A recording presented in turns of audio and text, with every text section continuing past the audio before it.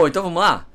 Você já parou para pensar que um filósofo de 2.600 anos atrás, ele poderia humilhar qualquer militante de rede social num debate? Sim, a gente está falando aqui de Tales de Mileto, ninguém menos do que o pai da filosofia ocidental, um homem que sem Twitter, sem hashtags, sem likes, construiu basicamente toda a estrutura do pensamento racional e moldurou aquilo que nós entendemos como início da filosofia. Então a intenção aqui é te provar em alguns minutos que com a lógica afiada que ele tinha, com a cosmovisão do Tales de Mileto, ele esmagaria todas essas narrativas rasas, emotivas que dominam todo o ativismo digital de hoje.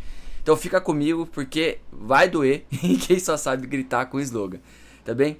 Bom, eu quero fazer esse en passant aqui, já que muitos gostaram dessa questão filosófica. Uma das minhas formações é filosofia, eu tenho mestrado, doutorado em outra área, né? O doutoramento ele foi feito inclusive na questão biotecnológica, em fase de conclusão aí.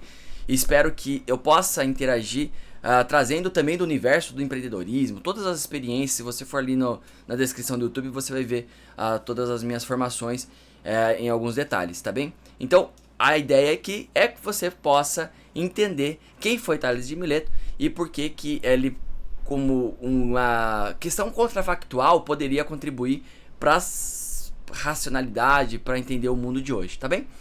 Bom, então ele foi nascido ali por volta de 624 anos antes de Cristo, na cidade de Mileto, hoje é a atual Turquia.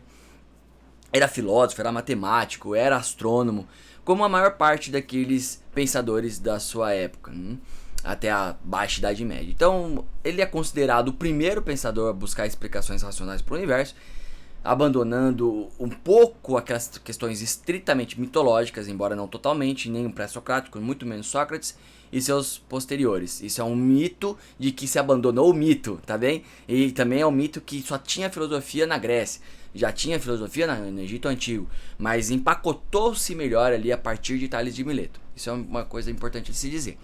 Então, ele acreditava que a água era basicamente o elemento primordial, a base de tudo, tá? E quem defende, quem é criacionista e tudo mais, ele vai entender também que na Bíblia se diz ali na carta de Pedro de que a vida começou pela água e tarará. Ok, então nesse sentido vai conversar com Tales de Mileto, né? Mas não era só isso. Tales ele introduziu a ideia de que o mundo ele pode ser compreendido pela observação e pela lógica, e não por histórias de deuses ou emoções descontroladas. Ele previu o eclipse solar, inclusive lá em 585 anos antes de Cristo. Ele provou que o conhecimento prático ele anda de mãos dadas com a teoria. E assim, o mais importante, ele fundou a escola jônica, né? Então, onde a razão ali ela começou a substituir o misticismo puro daquela época. Agora, você coloca Tales de Mileto frente a frente com um militante atual, né? Desses que vivem aí de postagem engajada, de polarização barata. Então, o que você acha que acontece? Eu vou te dizer. O Tales ele não precisaria de mais de 3 frases para desmontar qualquer argumento baseado em sentimento ou narrativa pré-fabricada. Por quê? Porque ele não se curvava à emoção ou à validação social. Então, enquanto o militante digitalzinho ele reduz o debate, você tá comigo ou é contra mim, opositor, o oponente, o oprimido, o opressor, né? A burguesia, proletariado, sempre essa dicotomia, essa dialética marxiana. O Tales buscava a verdade e não a vitória no debate. Então, no final da história, o argumento válido e verdadeiro é maior do que aquele que simplesmente vence pelo grito. Ou é uma falácia ad hominem que você pode usar e muitas vezes ganhar o debate com isso e acabou ali. Então ele não se importava com aplausos, ele queria entender o mundo. E convenhamos, no tempo em que a militância online se resume a hashtag e memes que vão prometer mudar todo mundo com um clique, a profundidade ali do Tales seria um soco no estômago dos meninos hoje em dia. Então pensa lá, Tales viveu numa época, numa polis arcaica, né? Onde o pensamento político, filosófico estava nascendo. Eles, os seus seguidores, os milésios que chamavam, eles criaram uma linguagem racional que dialogava com a experiência daquela cidade grega. Lembrando que não era Estado, né? Como a gente conhece hoje, mas era uma organização política, tá bem? Como diria Eric Voegelin lá na História das Ideias Políticas. Então, Mas ele não se rendia às paixões populares, às crenças antropomórficas da época e tudo mais. Então, ele diria hoje ao militante, onde que está a sua prova? Cadê a observação que sustenta o seu grito? Você fala de justiça, mas se baseia o que a sua causa? Em que? Tem, em likes, em fatos, né? O militante acostumado a demonizar quem discorda, não tem resposta. Porque, como já dizia o Scruton, né? A verdadeira sabedoria, ela não é barulhenta. Ela é silenciosa e cortante. Ela é fina, ela é requintada. Então, o Tales, ele tinha algo que faltava no ativismo vazio de hoje. A humildade de reconhecer os limites do conhecimento humano.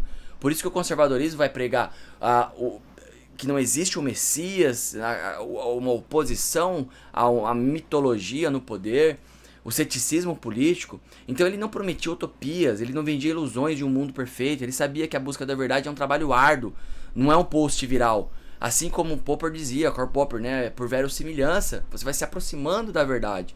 E no cristianismo isso é verdadeiro porque se a verdade é não uma coisa ou um conceito, mas uma pessoa de Jesus Cristo, como que você alcança? Você vai se aproximando. Então, enquanto o militante digital ele transforma divergências em batalhas de moralidade absoluta, o Tales vai perguntar: por que você teme a dúvida? Por que você foge da complexidade?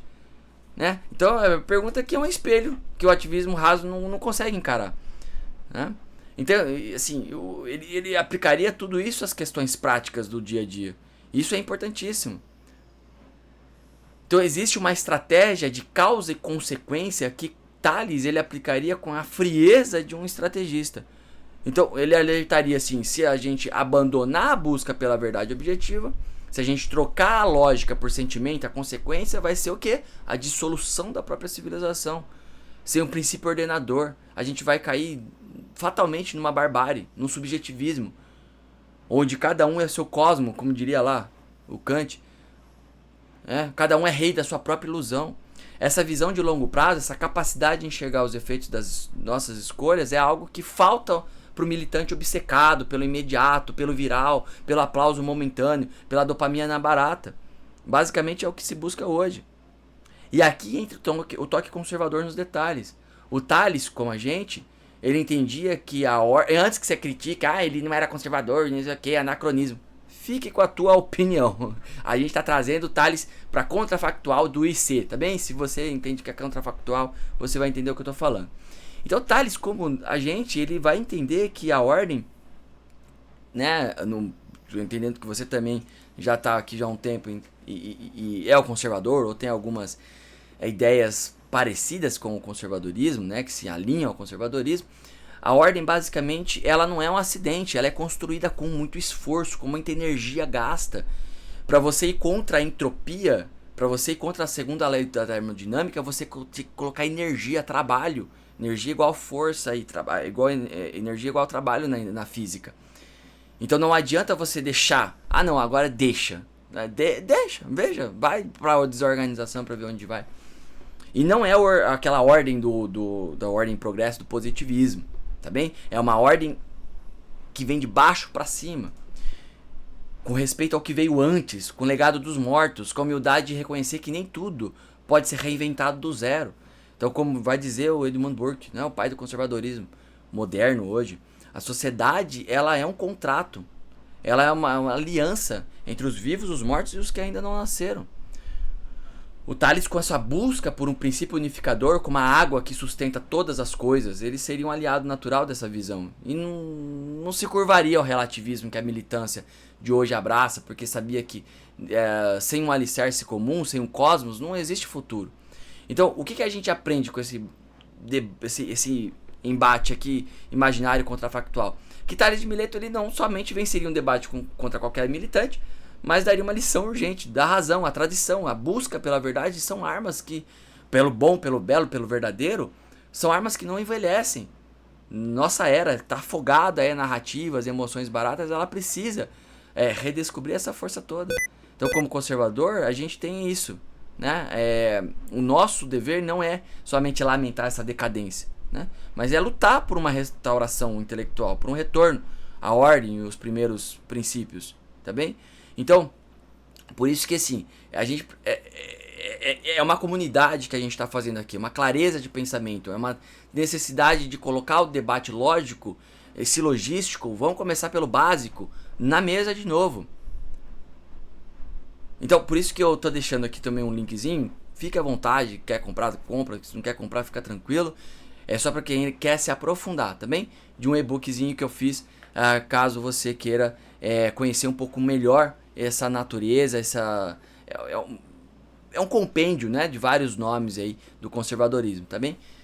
É isso. Então eu espero que esse vídeo tenha ficado claro para você, que a gente está se aprofundando em estratégias de debate de Tales ali, com base de ferramentas argumentativas contemporâneas, e a ideia é cada vez mais trazer conteúdo com esse valor para você, tá certo? Então um grande abraço e nos vemos numa próxima oportunidade.